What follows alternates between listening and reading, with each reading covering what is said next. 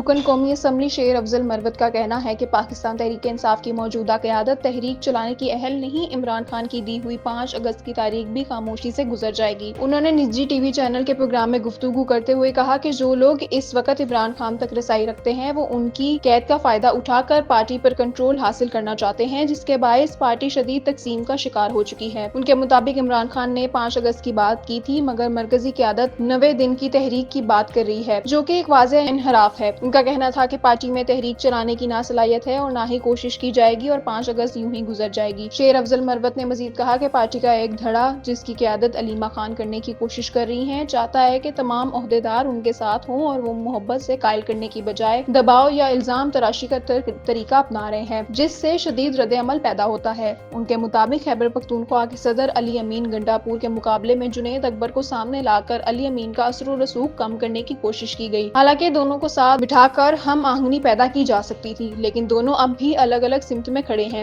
انہوں نے واضح کیا کہ اس وقت پارٹی کسی بھی قسم کی تحریک چلانے کی پوزیشن میں نہیں ہے۔ کارکن عمران خان کے نظریے کے ساتھ ضرور کھڑے ہیں، لیکن ان کے پاس کوئی منظم طریقہ کار نہیں ہے اور موجودہ قیادت ان کے اداروں کے راستے میں رکاوٹ بن چکی ہے۔